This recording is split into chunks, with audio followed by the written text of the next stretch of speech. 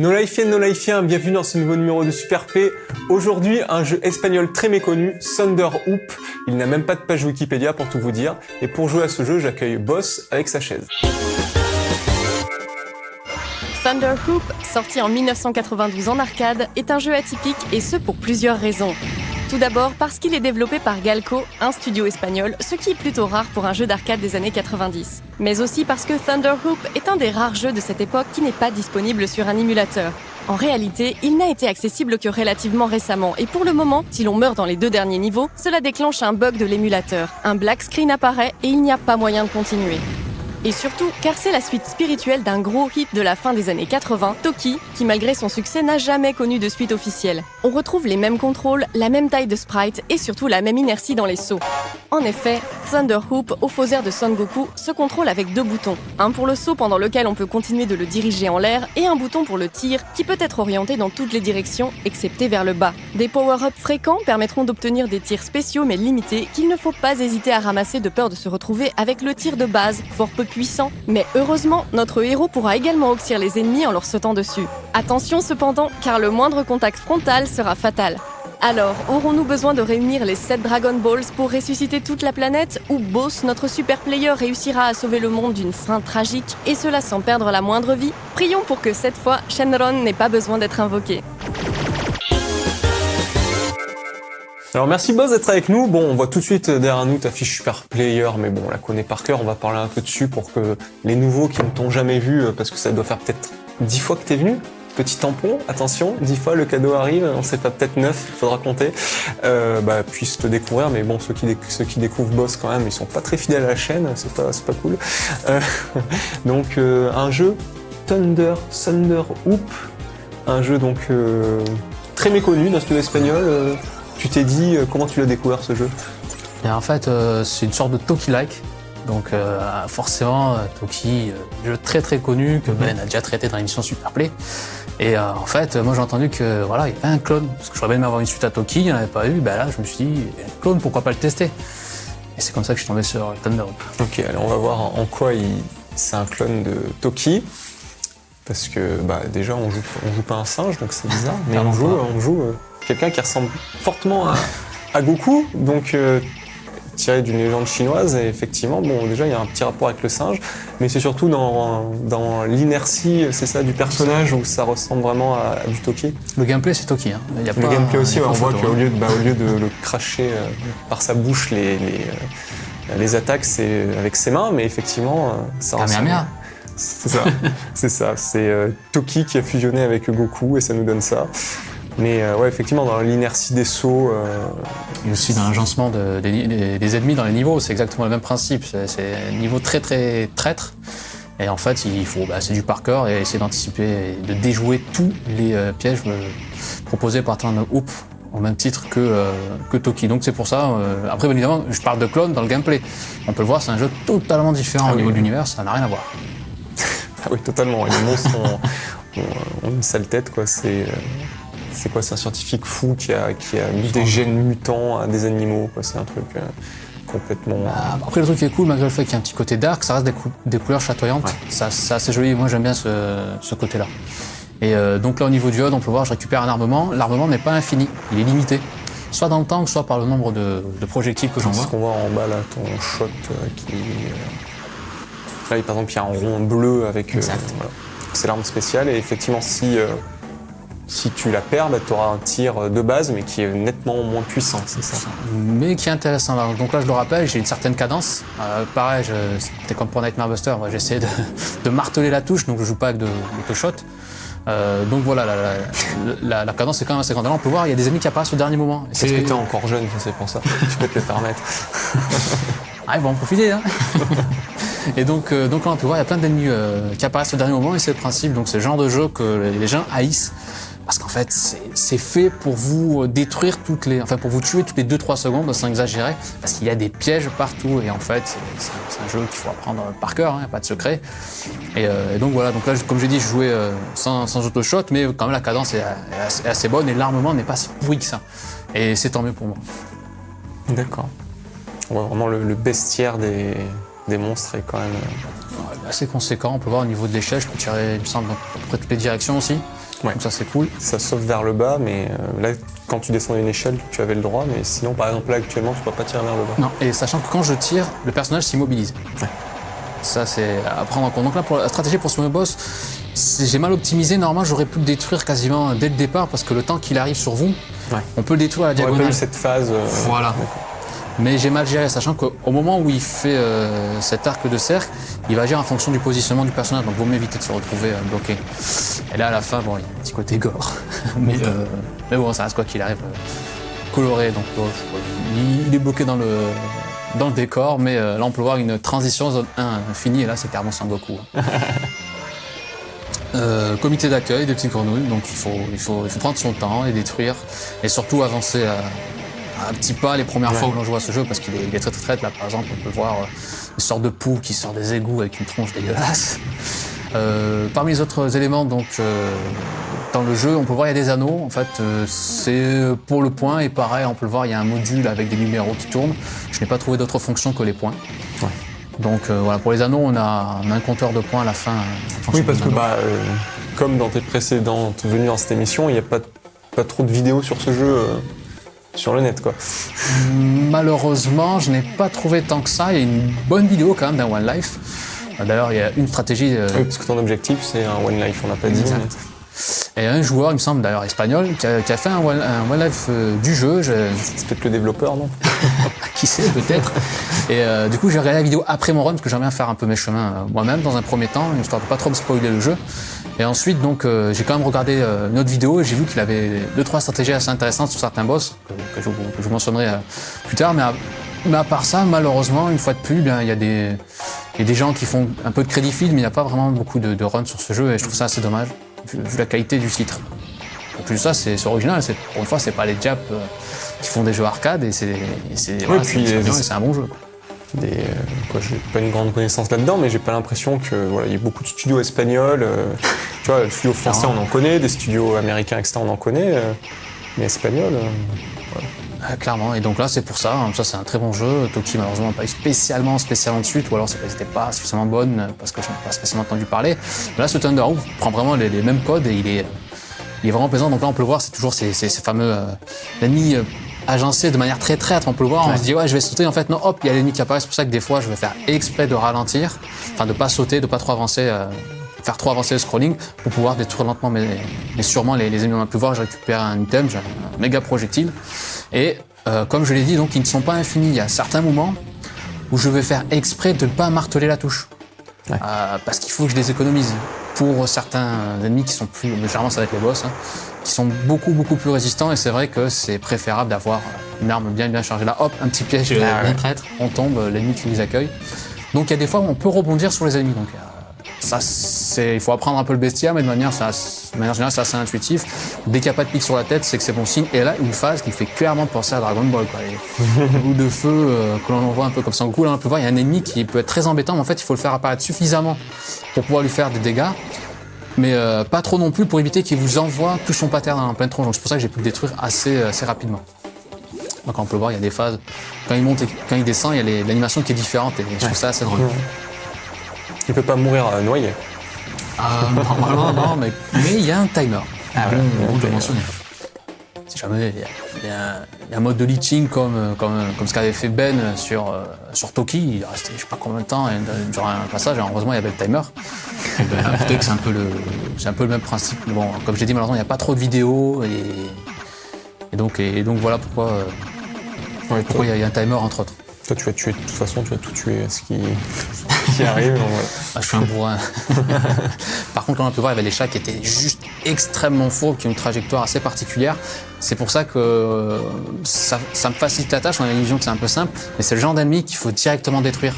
Sans quoi, on se retrouve vite bloqué, et ça devient juste n'importe quoi. Donc il y a vraiment des ennemis clés. Une fois de plus, comme chaque jeu, il faut essayer de bien les repérer et de les détruire le plus rapidement possible. Et donc là, il va y avoir le boss. Ma stratégie va être assez simple, je vais rester à l'extrême gauche de l'écran. Et en fonction de sa langue ou de son bras, je sais pas comment tu peux appeler ça.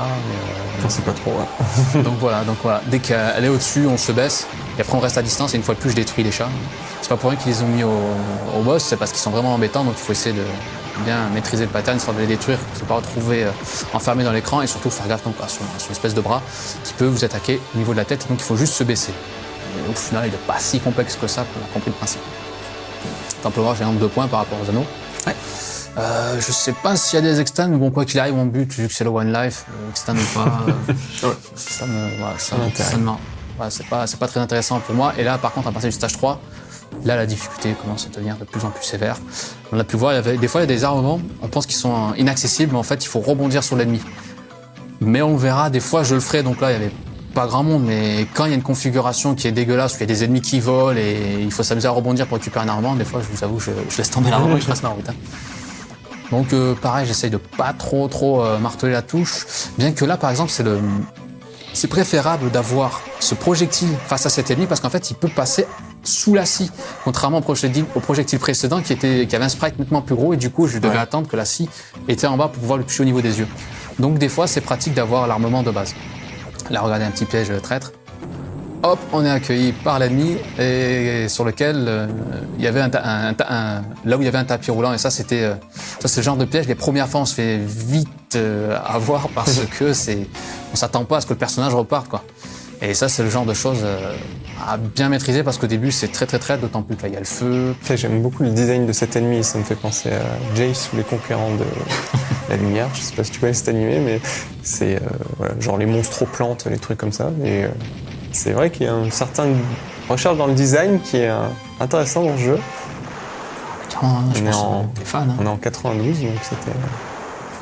Il y a forcément des références à droite et à gauche. C'est des programmeurs, c'est aussi des passionnés, soit de jeux vidéo ou de manga. Et forcément des petits clins d'œil à droite à gauche. Là, par exemple, il y a une petite stratégie que je n'ai pas appliquée au début. On peut voir les pics descend et en fait, si on tire sur ce dernier, les pics peuvent remonter. Voilà, donc là, je me suis mis un stress inutile, mais bon, moi, pour l'instant, j'ai réussi. Donc là, pareil, il faut essayer d'attendre. Ça, c'est un ennemi qu'on a vu au premier stage. On l'a pu voir, en fait, j'avais une distance de sécurité, on l'a pu voir, il m'a foncé dessus. Mais bon, en fait, vu que j'ai la distance, je savais que là, je pouvais le détruire tranquillement. Mais par contre, vu qu'il est assez résistant, il fallait bien rester à cet endroit-là, bien précis. Là, pareil, l'ennemi volant, il faut l'anticiper, le détruire, sans quoi il commence à zigzaguer dans tout l'écran et ça, c'est pas bon. Là, à nouveau, on a cet ennemi, donc on peut le voir avec mon armement. Je peux tirer en bas et tout à l'heure... Avec l'autre arme, je ne pouvais pas. Donc là, je prends mon temps, je le détruis lentement mais sûrement, et ensuite j'enchaîne avec les espèces de petits ennemis popcorn, on va dire, parce qu'ils sont pas spécialement difficiles, mais une bonne trajectoire. Là, il y a un rat qui a évolué, il est devenu beaucoup plus costaud. Donc il faut essayer de ne pas se faire avoir, parce qu'on se dit la première fois, je l'ai détruit, mais en fait non, il va devenir 2 fois plus gros. Donc, avec le nom du studio qui a fait le jeu là derrière, avec Galco. Petit clin d'œil. Auto-promo, sympa. Ah, il faut. Et donc là, on enchaîne avec les petits ennemis qui proposent des anneaux. Mais là, j'ai fait exprès d'abord de les détruire et ensuite prendre l'armement, parce que je le rappelle, je suis limité. Donc ça me permet d'optimiser. Donc là, je vais utiliser une stratégie qui n'est pas optimale, que j'ai découvert par la suite. Là, on peut voir, hop, au dernier moment, je détruis les projectiles. Ouf, il a fait toucher celui-là. Mais bon, c'est pour ça que j'ai gardé mon armement là, c'était pour ce boss, pour essayer de le détruire, j'essaie de pas trop gaspiller mon armement, mais apparemment il y a une technique, on peut sauter par-dessus les pics et se coller littéralement sur le boss. Je suppose que ça doit être au pixel près. Ah oui, pour sauter les pics où il y a du sang au bout là. C'est pas intuitif quoi. Mais apparemment ça fonctionne et on peut le détruire plus rapidement. Là pour le coup, j'ai préféré jouer à la sécurité, la manière simple. Je suis resté à gauche. En contrepartie, il faut faire gaffe aux projectiles que je vous envoie, je sais pas ce que c'est, je préfère pas savoir ce que c'était. On dit des poubelles. Donc voilà comment détruire le 3e boss du stage 3. Donc là c'est le moment de pause, on est comme ça, on reste détendu, il y a une petite cinématique. On attend lentement le moment. Donc là j'ai récupéré des points bonus, il y a des petits artworks, c'est toujours marrant. Et là les choses deviennent de plus en plus complexes, la difficulté va de plus en plus crescendo. Et là, vous allez le voir, je vais faire exprès d'avancer limite au pixel quoi, à chaque fois, parce qu'il y a toujours un piège qui se déclenche. Donc c'est pour ça, on va le voir, j'ai avancé lentement mais sûrement, parce que en speedrun, là, je me dis que ça doit être juste la misère. D'autant plus que le personnage a un mouvement particulier. Un alien, ça. Mais attention, on va appeler ça comme ça, un pattern de bullet suicide. En fait, il se dément. il se dément, donc il faut faire gaffe. Prends mon fémur dans ta gueule.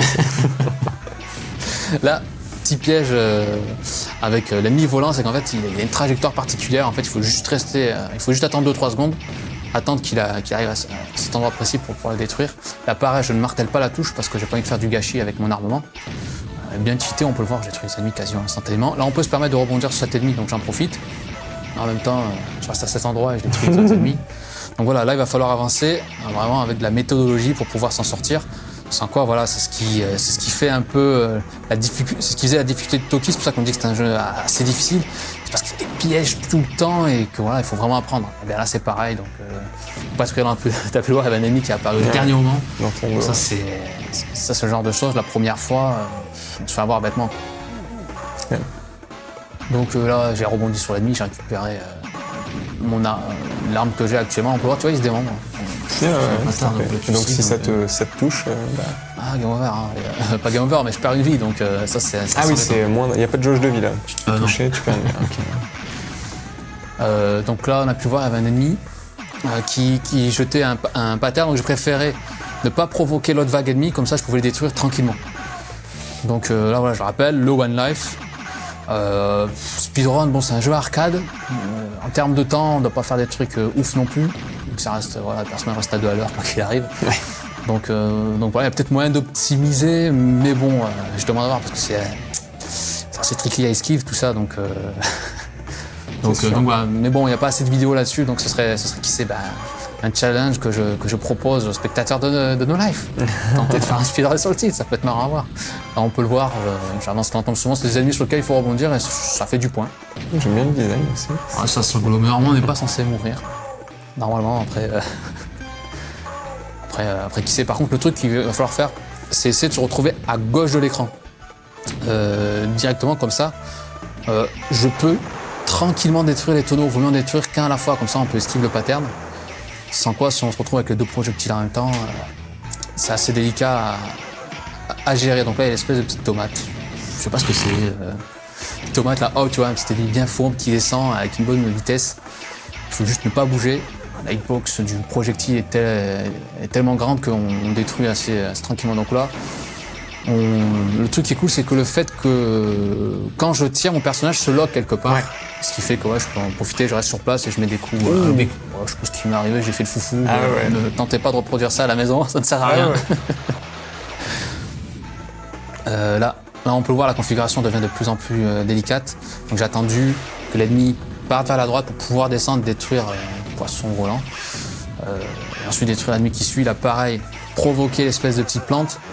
Au dernier moment, là, rester sur la plateforme du bas et détruire ce lézard géant pour se faciliter la tâche, parce que clairement, tout est fait pour détruire. Là, un passage très très délicat, parce qu'il y a ces lucioles qui ont un comportement assez particulier. Je ne sais, on ne peut pas trop prévoir pas trop prévoir leur trajectoire, et surtout, c'est qu'il y a ces ennemis volants qui apparaissent au dernier moment, et surtout là, si je ne veux pas aller sur les plateformes et que je reviens, c'est parce qu'en fait, ce sont des ossements et ils se détruisent en fait. D'accord. Ah oui. Donc c'est pour ça, là, j'ai préféré prendre un peu mon temps, avancer lentement mais sûrement, parce qu'en fait, là, on va le voir au dernier moment, hop, la plateforme se détruit. Pareil, j'essaie de pas trop déclencher de crypt, parce qu'il y a plein d'ennemis à l'écran, donc je détruis les ennemis à distance lorsque je peux. Pour pouvoir me faciliter la tâche, là on peut le voir, il y a une espèce d'œuf, hop, je le détruis à distance, comme ça j'ai largement le temps et surtout je provoque pas des ennemis qui peuvent apparaître au dernier moment. Là, hop, je rebondis, je récupère mon arme. Et elle va être assez pratique parce que là, elle va avoir une petite phase. On va voir l'ennemi volant qui fonce dessus, là, un petit piège à la con qu'il faut essayer de connaître au début. Mais là, on va le voir, je vais préférer utiliser le rebrouche chemin, on va appeler ça comme ça, parce que là, sur ces ennemis, je pense que si on touche la carapace, ils sont invulnérables et je gaspille de mon armement et moi, j'ai pas envie. Alors, le truc que je vais faire. T'es en train de fuir là, en fait, c'est ça? Voilà, je fuis. En fait, je les laisse, je les détruis au dernier moment et surtout, ça me permet d'économiser mon arme en fait. Parce que je rappelle, voilà, c'est pas infini et voilà, ça fait partie de la stratégie, c'est partie du jeu. Donc là, je vais essayer de conserver l'arme bleue, bien qu'on peut le voir, j'avance lentement mais sûrement, mais on va le voir, il va y avoir une phase avec du sable mouvant, tout ça comme ça, parce que ça, c'est le genre de phase bien traître, d'autant plus qu'il y aura des ennemis qui vont apparaître. Donc là on va le voir prochainement, donc j'avance lentement sûrement. Vu que la hitbox du projectile est suffisamment grande, je me permets d'avancer un peu plus rapidement parce que ça couvre une bonne portée. Là on peut voir, hop, on met du sable mouvant, des fois il y a un ennemi, des fois il n'y a pas d'ennemi. Et il faut essayer de... Si tu marches dedans, qu'est-ce qui se passe? Je me fais absorber. Et tu peux rien faire? je pense qu'il faut marteler la touche. Mais bon, j'ai préféré éviter de tenter l'expérience. Par principe, je me dis non, je vais avancer lentement mais sûrement. Là, j'attends le dernier moment et ensuite je prends l'arme pour faire des économies de cette dernière parce qu'il faut que j'anticipe le boss qui va apparaître sous peu. Donc là, j'attends tout le dernier moment pour ces petits ennemis popcorn. Donc là, tu vois, c'est pour ça qu'il faut pas avancer super vite parce qu'il y a toujours un ennemi qui arrive au dernier moment. Ça, c'est très traître. Et si jamais on les détruit pas, ils restent à l'écran et tu peux le voir à chaque fois, il y a toujours 10 000 ennemis à l'écran et ça peut être assez problématique. Depuis le début du jeu, je suis pas persuadé que tu aies eu un externe, une vie en plus. Je pense pas. Truc, il me semble qu'on a un one-up. Pas très généreux. Hein. Mais là, non, là, vraiment, c'est fait pour vous tuer. Donc là, pareil, tu vois, je suis resté à distance parce que je savais qu'il allait me tirer dessus.